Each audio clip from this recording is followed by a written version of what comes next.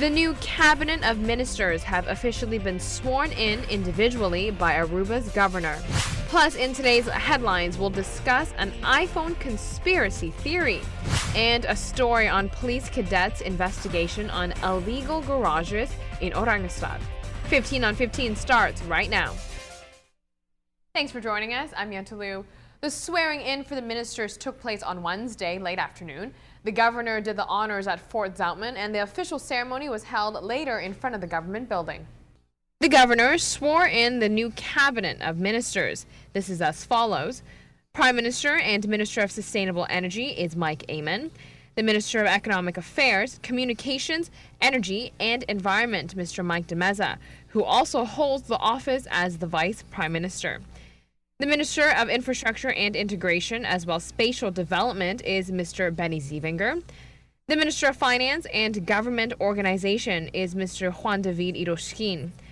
The Minister of Social Affairs, Youth Policy, and Labor belongs to Paul Cruz. The Minister of Tourism and Transport, Culture, and Primary Sector is Minister Amar Odeberg. Minister of Justice and Addiction Care is Arthur Dowers. The Minister of Education, Family Policy, and Adult Education, Michelle Hoiber-Winkler.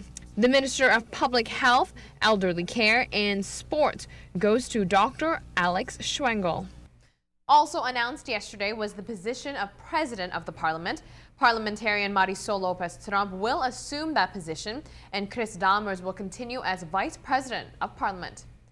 A fundraising event organized by the Women's Club of Aruba gives male professionals on the island to show off how they strut their stuff in designer clothing while giving the less privileged children on the island new clothes to wear for the holidays. Take a look.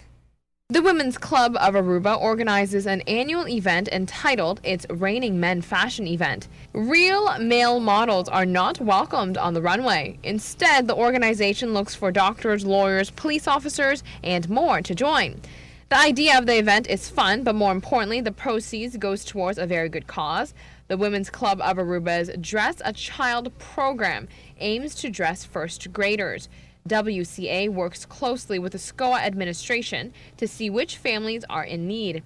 Children are outfitted for the holiday season with appropriate clothing for church and celebratory events. Last year, the It's Raining Men fashion event raised enough money to provide clothing for 300 children. The Women's Club of Aruba hopes to reach that same goal and even top it. Each child costs 125 florins to dress. The organization is looking for male models. Professionals on the island are wanted. So if you'd like to volunteer, call 594-2212. The fashion show requires 25 models in total. And ladies, tickets for the show are priced at 100 florins per ticket. And moving forward, speaking of events, Heineken is set to host one of its biggest, if not the biggest, event of the year. Green Village on Saturday has incorporated a few tech touches. Check out Star Vision. Star Vision aims to place the party goers on stage with the DJs. It is a new way to integrate the artists with the audience. The final activation we have this year is a little bit more visual. It is going to be only at the electronic stage. The reason for this is in a technical, we have only one international act, so we have more freedom of what we can do with the screens. This activation is called Heineken Star Vision. I invite everyone to YouTube it. It's really great, so you can get a feel of what it is.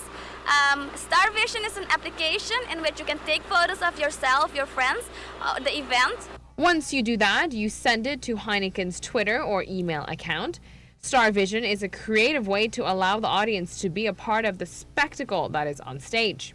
What you do is you send your photos. Those photos will be transformed into really artistic VJ animation and actually become part of the mixing of the DJs.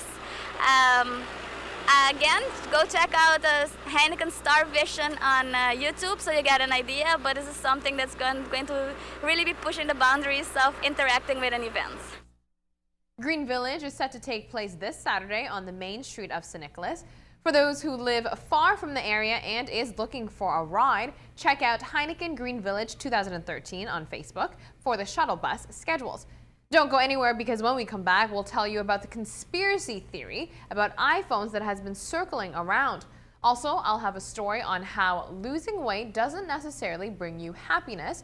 And we will check out a very cool Japanese restaurant that requires absolutely no waiters. Stay with us.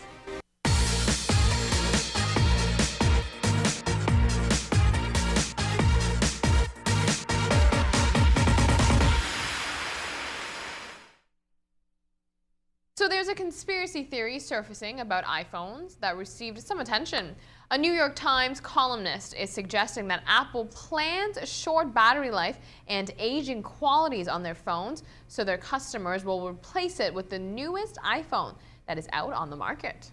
The conspiracy theory by an economist suggests that iPhones seems to slow down as soon as a new operating system comes out. The latest version of the iPhone is always designed with capabilities of new hardware with faster processors in mind. If a client is dealing with a slower iPhone, they may be more inclined to switch to the newer version. The theory, of course, isn't without its critics, because let's say the accusations are true. Then they are risking the possibility for Apple users to switch to another smartphone company due to the aging phone diminishing. Furthermore, critics say it is only normal for a product that is getting older to have a shorter battery life or experience other issues, meaning not everyone is agreeing with this conspiracy theory. Now, there are many reasons why you may want to lose weight. Perhaps you want to get in better shape to boost your overall health or even to feel fabulous on your wedding day.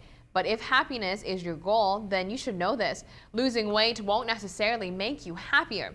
This is according to a new study. Results from research showed, sure, you could get a temporary high from squeezing into your skinny jeans, but losing weight certainly isn't the key to loving life. It is not the external achievement of some goal that is going to make us happy. You may think that it will automatically change your life in some meaningful way, but it could be that your life pretty much remains status quo afterwards.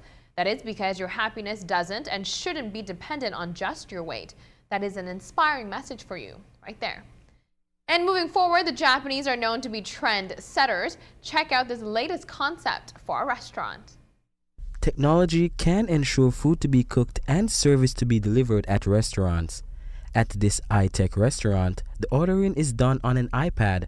The delivering is accomplished by a conveyor belt, and the bill is calculated depending on the amount of dishes you throw in a chute. In a regular sushi restaurant, the food passes by on a normal conveyor belt, but in this one, you can specifically order something and it will then be speed delivered to you. The kitchen is smarter than any other regular restaurant. The computer monitors how many people are eating. That is not all. For every 5 plates that the customer puts down the chute, you get to play a game for a chance to win a prize. Now that is a restaurant I definitely want to check out. Coming up, we have this. Take a look to see what is coming up next.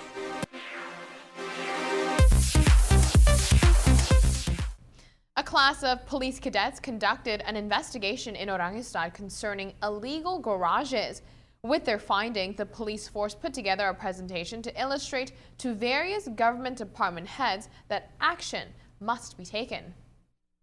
Police cadets from the class 2010 launched the investigation. They put together the presentation and explained to their colleagues as well government officials on the information they were able to find. The issue of illegal garages in Orangestad was noted down by the police force. According to John Larmoni from the police force, he says the findings were shocking. The presentation was an eye-opener because of the fact that, first of all, we were not even aware of the fact that there were almost more than 90 illegal garages only in the district of Orangestad. And the problems that this causes, not only for the neighbors, but also for the whole community and especially for the environment. The impact of the illegal garages on the environment is a primary concern, especially due to the fact a negative ripple effect could take place on citizens. The investigation was especially done from the perspective of environment, and therefore these garages really do present a big problem for the environment and also for the health, because many of the neighbors are also always complaining, and they are also feeling the effects of the ill effects of the toxic gases, etc., and other stuff that goes on in illegal garages. The follow-up to the presentation is not to shut down the illegal garages. The action the police force will now take is to regulate these places. It is necessary to ensure the garages have the necessary permits and paperwork in place. As well, they need to meet standards and be registered as a business. The idea is not to be penalizing them or shutting them down. I think our main goal is to make sure that these garages really do comply with government standards. So what we're trying to do is trying to help them to get the necessary permits and to start establishing themselves in areas that are especially destined. In Aruba, we have industrial areas, and I think we have there are big plans, and all the officials that were present today, from the legal department, from the environmental department, the police department, etc. Everybody agreed that this report, this presentation, can be used as a basis for improving the situation, not only in the area of Oranjestad, but of the whole island. That is a job well done for the police force. That is our show for today. Thanks for watching. We'll be back here with a brand new edition of the show on Friday night, starting at 7:15 p.m. right here on Channel 15 ATV. We'll see you then.